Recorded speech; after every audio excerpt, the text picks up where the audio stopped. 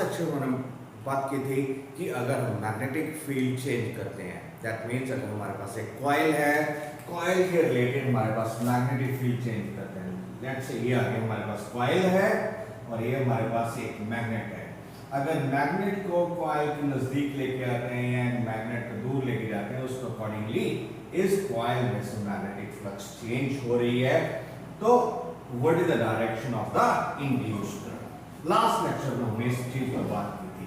आज हम बात कर रहे हैं कि हमारे पास एक मैग्नेटिक फील्ड है। उस मैग्नेटिक फील्ड में अगर हम कॉइल को बाहर लेके जाएं या अंदर लेके जाएं। अब हम बात करेंगे motion of the conductor, motion of the loop. हमारे पास मैग्नेटिक फील्ड यूनिफॉर्म है, let's say magnetic field constant है। अब इस मैग्नेटिक फील्ड में हम कॉइल को अंदर या बाहर लेके जाएंगे, तो उससे हमारे पास किस तरह मैग्नेटिक फ्लक्स चेंज होगी, हम उस चीज की बात करेंगे। हमारे पास मान लीजिए ये एक यूनिफॉर्म मैग्नेटिक फील्ड है and uniform magnetic field cross है, इसका मतलब हमारे पास मैग्नेटिक फील्ड अंदर को है into the plane of the paper. अब हम बात करते हैं, लेट्स से हमारे पास एक लूप है, इस तरह हमारे पास एक लूप आई। सो लूप के साथ हमने एक गैल्वेनोमीटर अटैच कर लिया। So we have consider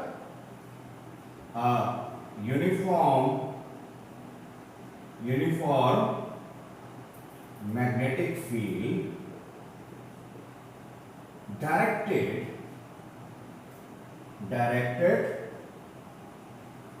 into the plane of paper.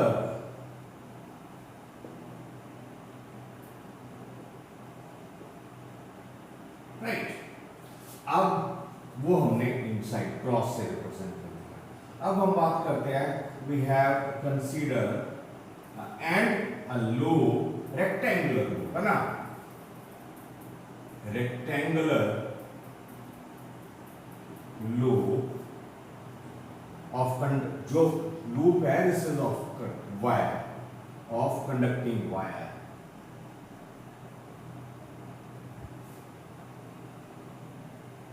Attached with a galvanometer,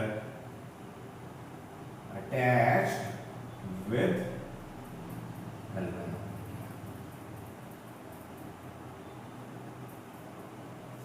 हम बात करते हैं, लेट्स से अभी इस लूप को हम बाहर लेके जाएंगे तो क्या होगा, इज टेकन आउट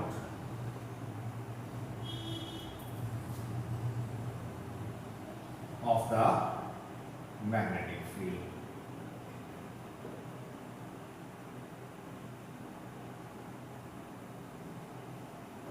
राइट लिया। अब हमारे पास मान लो यहां पर हमारे पास ये क्या है, लेंथ ये आ गया, दिस इज द लेंथ, जो विड्थ होगी रेक्टेंगुलर लूप की वो L आ गई। अब अगर हम बात करें, हमारे पास क्या है, इतना पोर्शन जो है यहां तक मैग्नेटिक फील्ड है, हमारे पास कहां तक मैग्नेटिक फील्ड है, यहां तक है ना। तो ये वाला पोर्शन जो है लूप का, this is inside the magnetic field. ये वाला पोर्शन जो आ गया हमारे पास, ये हमारे पास कितना आ गया, मैग्नेटिक फील्ड के अंदर आ गया। अब लूप को हम बाहर खींचते हैं, इस तरफ बाहर को खींचते हैं, तो क्या होगा, अगर लूप को हम बाहर खींचते हैं इस तरह, है ना, ये आ गया लूप इस तरफ आ गई, ठीक है। तब देखिए पहले हमारे पास कितने पोर्शन में मैग्नेटिक फील्ड था, ये वाले पोर्शन में, इतने पोर्शन में हमारे पास मैग्नेटिक फील्ड था। दैट मीन्स इसके कॉरस्पॉन्डिंग हमारे पास मैग्नेटिक फ्लक्स थी। अब जब हमने लूप को बाहर की तरफ खींचा तो हमारे पास कितना एरिया कम हो गया, हमारे पास इतना एरिया कम हो गया, ठीक है। अब मान लेते हैं इतना एरिया कम हो गया, दैट मीन्स फ्लक्स की वैल्यू डिक्रीज हो गई है। तो हमारे पास फ्लक्स क्या थी, this is V dot A था। अब हम एक और चीज मान लेते हैं कि जो हमारे पास प्लेन ऑफ द लूप है, दैट इज एरिया वेक्टर भी इनसाइड ले लेते हैं सिंपलिसिटी लिए, और मैग्नेटिक फील्ड भी इनसाइड है, तो हमारे पास cos थीटा की वैल्यू हमारे पास क्या आएगी, 1 आ जाएगी। सो इट वाज, हम बात करते हैं, let's say this is A। अब यहां पर हम क्या लिखेंगे, कंसीडर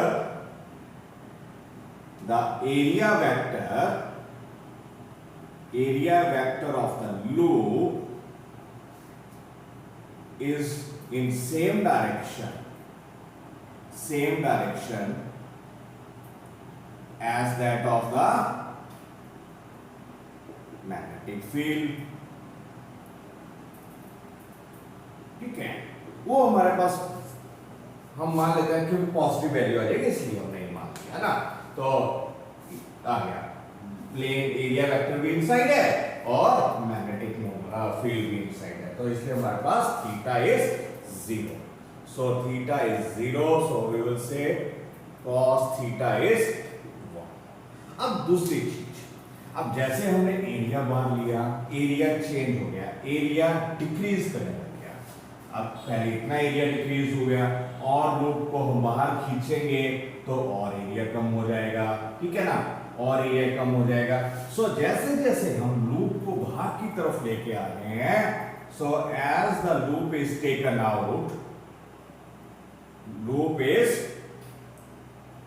आउट, तो क्या हो रहा है, जो एरिया था कॉइल का इनसाइड द मैग्नेटिक फील्ड, उसकी वैल्यू कम हो रही है। तो area of the coil in the magnetic field is decreasing. Magnetic field is decreasing. अच्छा, अब एरिया डिक्रीज कर रहा है, तो अब हम बात करेंगे कि दैट मीन्स फ्लक्स डिक्रीज हो जाएगी। So magnetic flux linked with the coil will decrease. अब देखिए, मैग्नेटिक फ्लक्स एरिया डिक्रीज हो रहा था, मैग्नेटिक फ्लक्स डिक्रीज हो रही है। अब हमने क्या पढ़ा था, जैसे जैसे लूप को बाहर की तरफ खींचेंगे और बाहर खींचेंगे और एरिया कम हो जाएगा, और बाहर खींचेंगे और एरिया कम हो जाएगा। इसका मतलब क्या हो गया कि फ्लक्स डिक्रीज कर रही है। अब इसमें करंट किस तरह इंड्यूस होगा, देखिए, अगर इसमें जो करंट इंड्यूस किस तरह होगा, जो फ्लक्स डिक्रीज कर रही है उसको उसने डिक्रीज नहीं होने देना, उसको इंक्रीज करने की कोशिश करेगा। तो हमारे पास क्या आएगा, current will be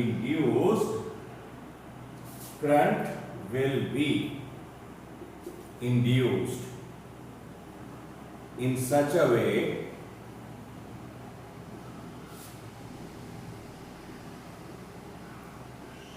it will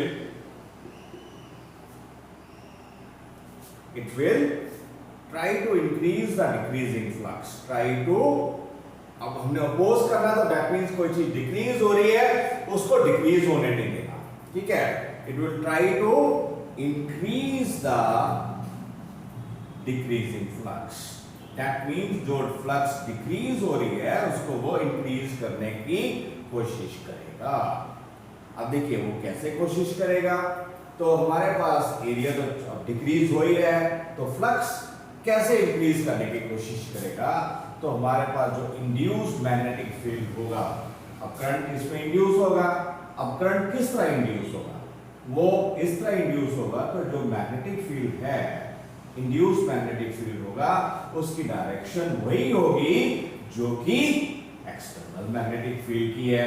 that means यहां पर अगर हम ये कह रहे हैं कि ये आ गया है ना, अब एरिया डिक्रीज कर रहा है, मैग्नेटिक फ्लक्स डिक्रीज कर रही है, एरिया तो हम वापस बढ़ा नहीं सकते, वो तो हम कह रहे हैं कि हम बाहर ही लेके आएंगे।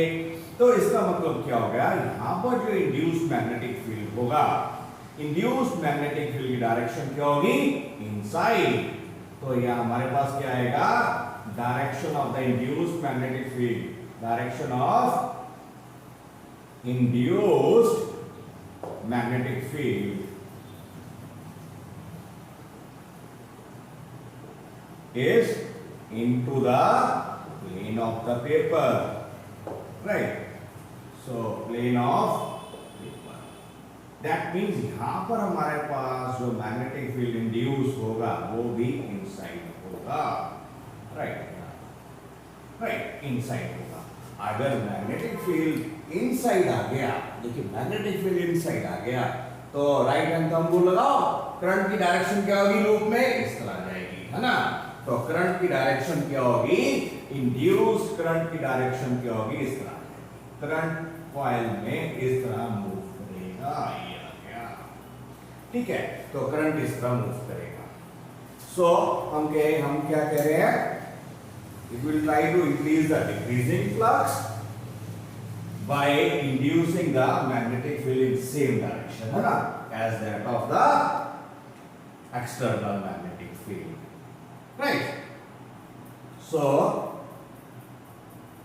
हमारे पास क्या आ गया, the direction of the induced magnetic field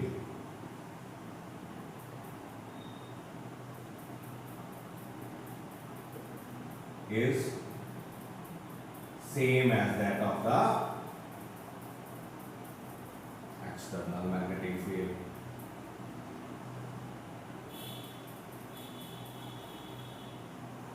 So direction of the current in the coil is clockwise. So direction of the current is clockwise. ठीक है। अब देखिए हमारे पास एक और चीज है, ईएमएफ क्या थी हमारे पास, EMF is minus d phi by d. अब यहां पर हमारे पास क्या है, मैग्नेटिक फील्ड तो कांस्टेंट है ना, मैग्नेटिक फील्ड कांस्टेंट है, तो हमारे पास क्या आएगा, तो E की वैल्यू क्या आ जाएगी, E is equal to minus d phi by d t है, तो हमारे पास B आ गया इंटू E आ गया, ठीक है। अब मैग्नेटिक फील्ड कांस्टेंट है तो हमारे पास क्या आ जाएगा, E is equal to minus B into d a by d t, ये आ गया, राइट। अब इस पर ध्यान देखने वाली क्या बात है, देखिए ये हमारे पास लेंथ कितनी आ गई, L आ गया। सो कि इनिशियली हम मान लेते हैं कि इनिशियली हमारे पास कितनी लेंथ अंदर थी मैग्नेटिक फील्ड के, ये आ गया x लेंथ अंदर, तो वेट तो L है ही है, तो x लेंथ अंदर मैग्नेटिक फील्ड के, तो हमारे पास पहले कितना एरिया था, L इंटू x था। पहले जब इनिशियल सिचुएशन में था हमारे पास कितना एरिया था, L इंटू x। जब हमने लूप को बाहर खींचना शुरू किया, इस तरह, ठीक है, किस dt टाइम में हम मान लेते हैं कि लूप कितनी बाहर आ गई, इतनी dx, लूप कितनी बाहर आ गई, dx, राइट। तो so at t is equal to 0, x length of the loop was inside the magnetic field,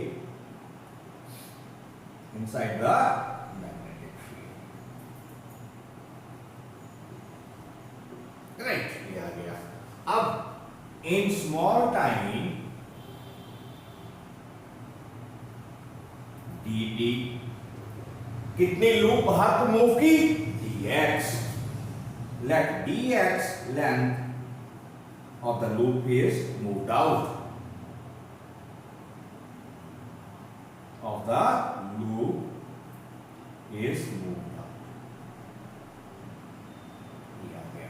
तो हमारे पास कितनी फ्लक्स डिक्रीज करेगी, ये जो पोर्शन है इतने एरिया में जो आई, ये इतनी ही फ्लक्स डिक्रीज की है ना, तो हमारे पास डिक्रीज इन फ्लक्स आएगा ना, एरिया डिक्रीज हो गया तो उसके कॉरस्पॉन्डिंग हमारे पास फ्लक्स डिक्रीज होगी। तो हम बात करेंगे कि कितना एरिया डिक्रीज हो गया, देखिए एक बार, ठीक है। तो हमारे पास क्या आएगा, dA की वैल्यू हमारे पास डिक्रीज इन द एरिया कितना आ गया, decrease in the area of loop inside the magnetic field. अब एक बार देखिए, ठीक है ना। अब हमारे पास कितना एरिया डिक्रीज हो गया, देखो हमारे पास कितना एरिया डिक्रीज हो गया, d a is equal to minus लेंगे क्योंकि डिक्रीज हो रहा है, एल इंटू डी एक्स आ जाएगा। इतना पोर्शन जो ये वाला पोर्शन है इस तरफ बाहर की तरफ निकला तो एल इंटू डी एक्स आ गया, जो ये रेड वाला पोर्शन शेडेड है तो ये आ गया हमारे पास। अब एक बार ध्यान से देखिए हमने क्या किया। इनिशियली हमारे पास क्या थी, एक लूप थी, एक्स लेंथ अंदर थी। अब लूप को जिस तरह बाहर खींच रहे हैं, धीरे धीरे बाहर खींच रहे हैं तो एरिया चेंज हो रहा है, तो डिक्रीज इन द एरिया हो रहा है। यहां हमारे पास डिक्रीज इन द एरिया हो गया। अगर लूप को अंदर की तरफ लेके जाते तो हमारे पास एरिया इंक्रीज हो जाता। अब लूप को मैग्नेटिक फील्ड से बाहर लेके आ रहे हैं तो एरिया डिक्रीज हो रहा है। अब एरिया डिक्रीज हो रहा है तो हमारे पास फ्लक्स डिक्रीज हो रही है। जब फ्लक्स डिक्रीज हो रही है तो क्या होगा, तो यहां पर करंट इस तरह इंड्यूस होगा, जो डिक्रीजिंग फ्लक्स है, जो फ्लक्स डिक्रीज कर रही है लूप में, उसको उसने डिक्रीज नहीं होने देना, उसको वो इंक्रीज करने की कोशिश करेगा। दैट मींस हमारे पास क्या आ गया, मैग्नेटिक फील्ड इंड्यूस जो होगा, इंड्यूस करंट की वजह, जो करंट इंड्यूस होगा लूप में, उसकी वजह से जो मैग्नेटिक फील्ड बनेगा उसकी डायरेक्शन क्या होगी, वही होगी as same as that of the external magnetic field. अंदर की तरफ हो गया मैग्नेटिक फील्ड इंड्यूस, तो हमारे पास करंट की डायरेक्शन क्या आ गई, क्लॉकवाइज आ गई। तो ये हमारे पास था। उसके बाद हमारे पास क्या आया, डेफिनेशन क्या, EMF is minus d phi by d t. अब फाई क्या है, बी इंटू ए, है ना। हमने बोला है कि जो एरिया वेक्टर है और मैग्नेटिक फील्ड है, लेट्स से वो एक ही डायरेक्शन में है, तो cos थीटा इज 1 आ जाएगा। अब मैग्नेटिक फील्ड तो कांस्टेंट था, उसको हमने डेरिवेटिव बाहर ले लिया, हमारे पास अंदर क्या आ गया, dA बाय dt। अब हमारे पास क्या आ गया कि मान लेते हैं हमारे पास कितनी लेंथ अंदर थी, x लेंथ थी, dt टाइम में बाहर जब हम खींच रहे हैं तो कितनी लेंथ बाहर आ गई, dx लेंथ बाहर आ गई, तो हमारे पास एरिया कितना डिक्रीज हो गया, L into dx। Negative sign क्या इंडिकेट कर रहा है, एरिया डिक्रीज हो रहा है, राइट। तो हमारे पास E की वैल्यू हमारे पास आ गई। अब ये वाली वैल्यू यहां dA की वैल्यू अगर यहां सब्स्टिट्यूट कर दें तो हमारे पास क्या आएगा, देखिए, ठीक है, एक बार ध्यान से देख लीजिए।